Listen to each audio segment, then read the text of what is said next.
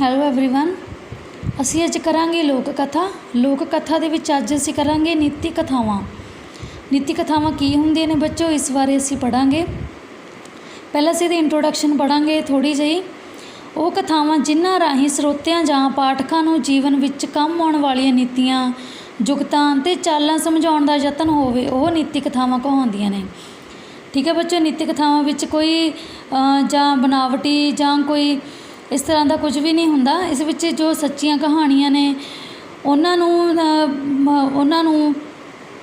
ਦੁਆਰਾ ਪਾਠਕਾਂ ਨੂੰ ਸਮਝਾਉਣ ਦੇ ਵਿੱਚ, ਯੁਗਤਾਂ ਸਮਝਾਉਣ ਦੇ ਵਿੱਚ ਇਹ ਮਦਦ ਕਰਦੀਆਂ ਨੇ। ਇਹਨਾਂ ਨੂੰ ਨੀਤੀ ਕਥਾਵਾਂ ਕਿਹਾ ਜਾਂਦਾ ਹੈ, ਜੋ ਸਰੋਤਿਆਂ ਨੂੰ, ਪਾਠਕਾਂ ਨੂੰ ਉਹਨਾਂ ਦੇ ਜੀਵਨ ਦੇ ਵਿੱਚ ਕੰਮ ਆਉਣ ਵਾਲੀਆਂ ਗੱਲਾਂ ਨੂੰ ਸਿਖਾਉਣ, ਉਹਨਾਂ ਨੂੰ ਨੀਤੀ ਕਥਾਵਾਂ ਕਿਹਾ ਜਾਂਦਾ ਹੈ। ਜਿਵੇਂ ਲੋਕ ਸਾਹਿਤ ਦਾ ਇੱਕ ਅੰਗ ਲੋਕ ਕਹਾਣੀਆਂ ਹਨ, ਤਿਵੇਂ ਲੋਕ ਕਹਾਣੀਆਂ ਦਾ ਇੱਕ ਅੰਗ ਨੀਤੀ ਕਥਾਵਾਂ ਹਨ। ਨੀਤੀ ਕਥਾਵਾਂ ਵਿੱਚ ਸਿੱਖਿਆ ਜਾਂ ਉਪਦੇਸ਼ ਨੂੰ ਸਿੱਧੇ ਤੌਰ 'ਤੇ ਦੇਣ ਦੀ ਥਾਂ ਕਹਾਣੀ ਵਿੱਚ ਪਰੋ ਕੇ ਦਿੱਤਾ ਜਾਂਦਾ ਹੈ।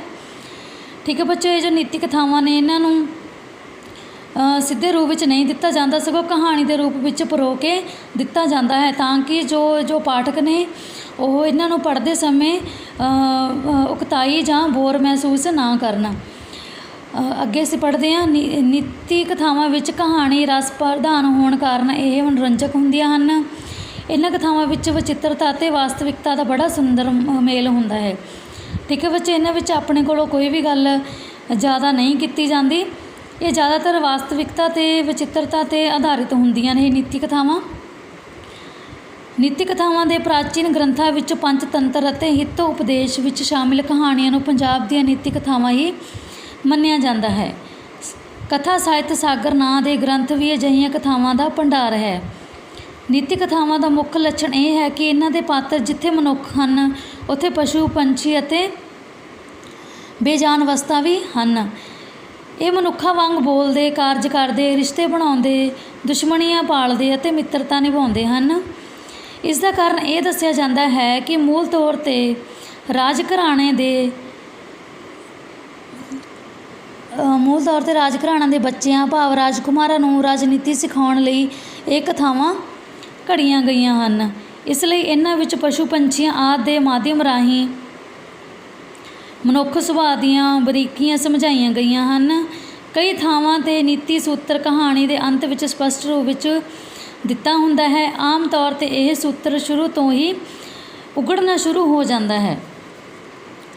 ਇਹਨਾਂ ਕਥਾਵਾਂ ਰਾਹੀਂ ਸਮਝਾਈਆਂ ਕਈ ਨੀਤੀਆਂ ਅਜੋਕੇ ਸਮੇਂ ਦੇ ਪ੍ਰਸੰਗ ਵਿੱਚ ਵੇਖਿਆ ਸਰਲ ਜਾਂ ਵਕਤ ਵਿਹਾ ਚੁੱਕੀਆਂ ਵੀ ਜਾਪ ਸਕਦੀਆਂ ਹਨ, ਪਰ ਇਹਨਾਂ ਨੂੰ ਮੱਧਕਾਲ ਦੀਆਂ ਪਰਿਸਥਿਤੀਆਂ ਵਿੱਚ ਰੱਖ ਕੇ ਵੇਖਿਆ ਜਾਵੇ ਤਾਂ ਰੰਗ ਸਿੱਧੇ ਅਸਿੱਧੇ ਰੂਪ ਵਿੱਚ ਸਾਡੇ ਅਜੋਕੇ ਬਾਲ ਸਾਹਿਤ ਉੱਤੇ ਵੀ ਪਿਆ ਹੈ।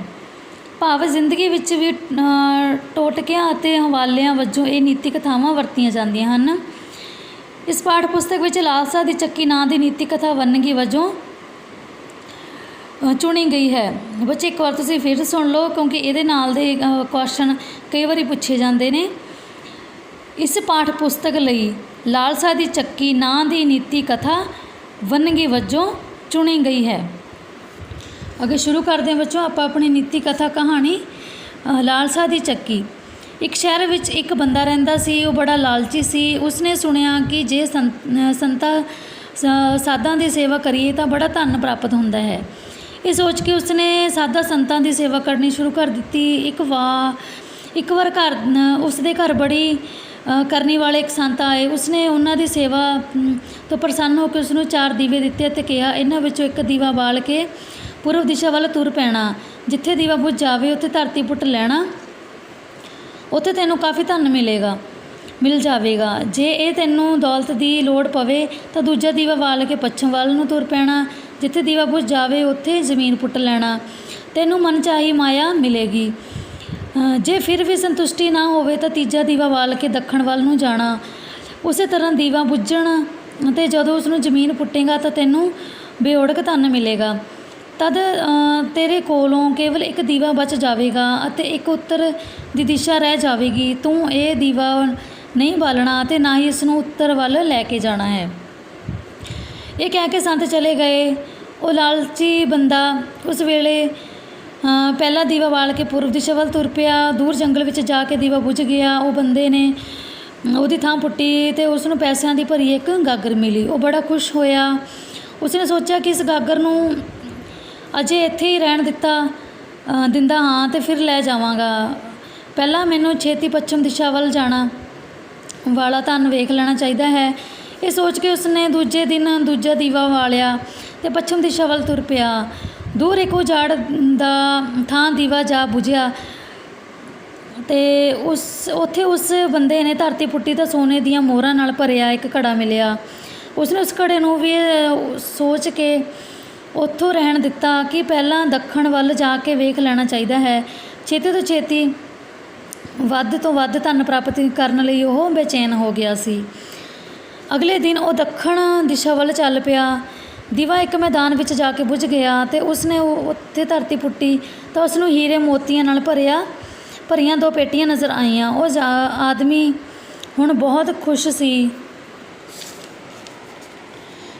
ਅਤੇ ਤਦ ਉਹ ਸੋਚਣ ਲੱਗਾ ਕਿ ਇਹਨਾਂ 3 ਦਿਸ਼ਾਵਾਂ ਵਿੱਚ ਇੰਨਾ ਧਨ ਪਿਆ ਹੈ ਤਾਂ ਚੌਥੀ ਦਿਸ਼ਾ ਵਿੱਚ ਇਸ ਤੋਂ ਵੀ ਵੱਧ ਦੌਲਤ ਹੋਵੇਗੀ। ਫਿਰ ਉਸ ਦੇ ਮਨ ਵਿੱਚ ਖਿਆਲ ਆਇਆ ਕਿ ਸੰਤਾਂ ਨੇ ਤਾਂ ਉਸ ਨੂੰ ਚੌਥੀ ਦਿਸ਼ਾ ਵੱਲ ਜਾਣ ਤੋਂ ਰੋਕਿਆ ਸੀ।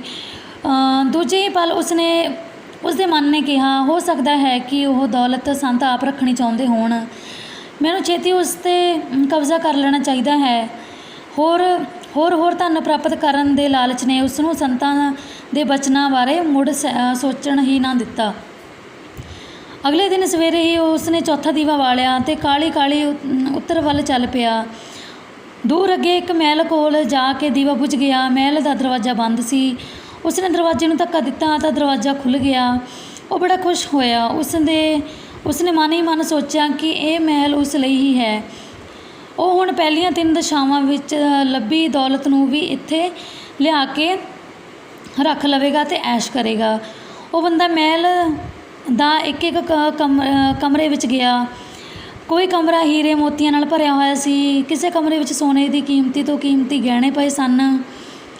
ਇਸੇ ਤਰ੍ਹਾਂ ਹੋਰ ਵੀ ਕਮਰੇ ਬੇਅੰਤ ਧਨ ਦੌਲਤ ਨਾਲ ਭਰੇ ਪਏ ਸਨ। ਇਹ ਸਭ ਦੇਖ ਕੇ ਉਹ ਬੰਦਾ ਚਕਾਚੌਂਧ ਹੋਈ ਜਾਂਦਾ ਅਤੇ ਆਪਣੇ ਚੰਗੇ ਭਾਗਾਂ ਨੂੰ ਸਲਾਹੁੰਦਾ ਹੋਇਆ ਜ਼ਰਾ ਹੋਰ ਅੱਗੇ ਵਧਿਆ ਤਾਂ ਉਸ ਨੂੰ ਇੱਕ ਕਮਰੇ ਵਿੱਚ ਚੱਕੀ ਚੱਲਣ ਦੀ ਆਵਾਜ਼ ਸੁਣਾਈ ਦਿੱਤੀ। ਉਹ ਉਸ ਕਮਰੇ ਵਿੱਚ ਦਾਖਲ ਹੋਇਆ ਤਾਂ ਦੇਖਿਆ ਕਿ ਇੱਕ ਬੁੱਢਾ ਆਦਮੀ ਚੱਕੀ ਚਲਾ ਰਿਹਾ ਹੈ। ਲਾਲਚੀ ਬੰਦੇ ਨੇ ਬੁੱਢੇ ਨੂੰ ਕਿਹਾ ਕਿ ਤੂੰ ਇੱਥੇ ਕਿਵੇਂ ਪੁੱਜਾ? ਬੁੱਢੇ ਨੇ ਕਿਹਾ, ਇੰਝ ਕਰ ਜ਼ਰਾ ਇਹ ਚੱਕੀ ਚਲਾ, ਮੈਂ ਸਾਹ ਲੈ ਕੇ ਤੈਨੂੰ ਦੱਸਦਾ ਹਾਂ। ਲਾਲਚੀ ਬੰਦੇ ਨੇ ਚੱਕੀ ਚਲਾਉਣੀ ਸ਼ੁਰੂ ਕਰ ਦਿੱਤੀ। ਬੁੱਢਾ ਚੱਕੀ ਤੋਂ ਹਟ ਕੇ ਉੱਚੀ ਉੱਚੀ ਹੱਸਣ ਲੱਗਾ। ਲਾਲਚੀ ਬੰਦਾ ਉਸ ਵੱਲ ਹੈਰਾਨੀ ਨਾਲ ਵੇਖਣ ਲੱਗਾ। ਉਹ ਚੱਕੀ ਬੰਦ ਕਰਨ ਹੀ ਲੱਗਿਆ ਸੀ ਕਿ ਬੁੱਢੇ ਨੇ ਉਸ ਨੂੰ ਖਬਰਦਾਰ ਕਰਦੇ ਕਿਹਾ, ਨਾ ਚੱਕੀ ਬੰਦ ਨਾ ਕਰੀ। ਫਿਰ ਬੁੱਢੇ ਨੇ ਕਿਹਾ, ਇਹ ਮਹਿਲ ਹੁਣ ਤੇਰਾ ਹੈ, ਪਰ ਇਹ ਉਤਨੀ ਦੇਰ ਹੀ ਖੜਾ ਰਹੇਗਾ ਜਿਤਨੀ ਦੇਰ ਤੂੰ ਚੱਕੀ ਚਲਾਉਂਦਾ ਰਹੇਗਾ।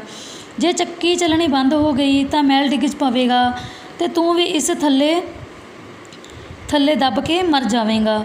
ਪਰ ਕੁਝ ਪਲ ਰੁਕ ਕੇ ਬੁੱਢਾ ਫਿਰ ਕਹਿਣ ਲੱਗਾ, ਮੈਂ ਵੀ ਤੇਰੇ ਵਾਂਗ ਲਾਲਚ ਕਰਕੇ ਸੰਤਾਂ ਦੀ ਗੱਲ ਨਹੀਂ ਸੀ ਮੰਨੀ ਅਤੇ ਮੇਰੀ ਸਾਰੀ ਜਵਾਨੀ ਇਹ ਚੱਕੀ ਚਲਾਉਂਦਿਆਂ ਹੀ ਬੀਤ ਗਈ। ਉਹ ਲਾਲਚੀ ਆਦਮੀ ਬੁੱਢੇ ਦੀ ਗੱਲ ਸੁਣ ਕੇ ਰੋਣ ਲੱਗ ਪਿਆ। ਫਿਰ ਕਹਿਣ ਲੱਗਾ, ਹੁਣ ਮੇਰਾ ਛੁਟਕਾਰਾ ਕਿਵੇਂ ਹੋਵੇਗਾ? ਬੁੱਢੇ ਨੇ ਕਿਹਾ, ਜਦ ਮੇਰੇ ਅਤੇ ਤੇਰੇ ਵਾਂਗ ਕੋਈ ਲਾਲਚ ਵਿੱਚ ਅੰਨਾ ਹੋਇਆ ਬੰਦਾ ਇੱਥੇ ਆਵੇਗਾ ਤਦ ਲਾਲਚ ਆਦਮੀ ਨੇ ਬੁੱਢੇ ਨੂੰ ਆਖਰੀ ਸਵਾਲ ਪੁੱਛਿਆ। ਲਾਲਚੀ ਆਦਮੀ ਨੇ ਬੁੱਢੇ ਨੂੰ ਆਖਰੀ ਸਵਾਲ ਪੁੱਛਿਆ, ਤੂੰ ਹੁਣ ਬਾਹਰ ਜਾ ਕੇ ਕੀ ਕਰੇਗਾ?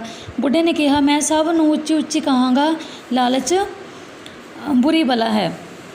ਠੀਕ ਹੈ ਬੱਚੋ, ਇਹ ਸੀ ਆਪਣੀ ਨੀਤੀ ਕਥਾ ਲਾਲਸਾ ਦੀ ਚੱਕੀ। ਇਹ ਕੁਐਸਚਨ ਆਨਸਰ ਨੇ ਜੋ ਤੁਸੀਂ ਕਰਨੇ ਨੇ ਆਪਣੀ ਪੱਕੀ ਕਾਪੀ 'ਤੇ। ਲਾਲਚੀ ਬੰਦੇ ਨੇ ਸੰਤਾਂ ਸਾਧਾਂ ਦੀ ਸੇਵਾ ਕਿਹੜੇ ਪ੍ਰਯੋਜਨ ਨਾਲ ਕਰਨੀ ਸ਼ੁਰੂ ਕੀਤੀ? ਦੂਸਰਾ ਕੁਐਸਚਨ ਹੈ, ਲਾਲਚੀ ਬੰਦਾ ਬੇਸਬਰੀ ਨਾਲ ਇੱਕ ਤੋਂ ਪਿੱਛੋਂ ਦੂਸਰੀ ਦਿਸ਼ਾ ਵੱਲ ਦੀਵਾ ਬਾਲ ਕੇ ਕਿਉਂ ਤੁਰ ਪੈਂਦਾ ਸੀ? ਠੀਕ ਹੈ ਬੱਚੋ। ਤੀਸਰਾ ਹੈ, ਲਾਲਚੀ ਬੰਦੇ ਨੇ ਸੰਤਾਂ ਦੇ ਬਚਨਾਂ ਦੀ ਅਵੱਗਿਆ ਕਿਉਂ ਕੀਤੀ? ਚੌਥਾ ਕੁਐਸਚਨ ਹੈ, ਲਾਲਚੀ ਬੰਦਾ ਚੱਕੀ ਵਾਲੀ ਕੋਠੜੀ ਤੱਕ ਕਿਵੇਂ ਅੱਪੜ ਗਿਆ? ਪੰਜਵਾਂ ਕੁਐਸਚਨ ਹੈ, ਧਨ ਦੌਲਤ ਨਾਲ ਭਰੇ ਮਹਿਲ ਨੂੰ ਪ੍ਰਾਪਤ ਕਰਕੇ ਲਾਲਚੀ ਬੰਦਾ ਕਿਉਂ ਰੋ ਪਿਆ? ਲਾਸਟ ਕੁਐਸਚਨ ਹੈ, ਲਾਲਸਾ ਦੀ ਚੱਕੀ ਨਾਂ ਦੀ ਕਥਾ ਕਿਹੜੀ ਜੀਵਨ ਨੀਤੀ ਦ੍ਰਿੜਾਉਂਦੀ ਹੈ? ਠੀਕ ਹੈ ਬੱਚੋ, ਇਹ ਸੀ ਸਾਡੀ ਨੀਤੀ ਕਥਾ। ਲਾਲਸਾ ਦੀ ਚੱਕੀ,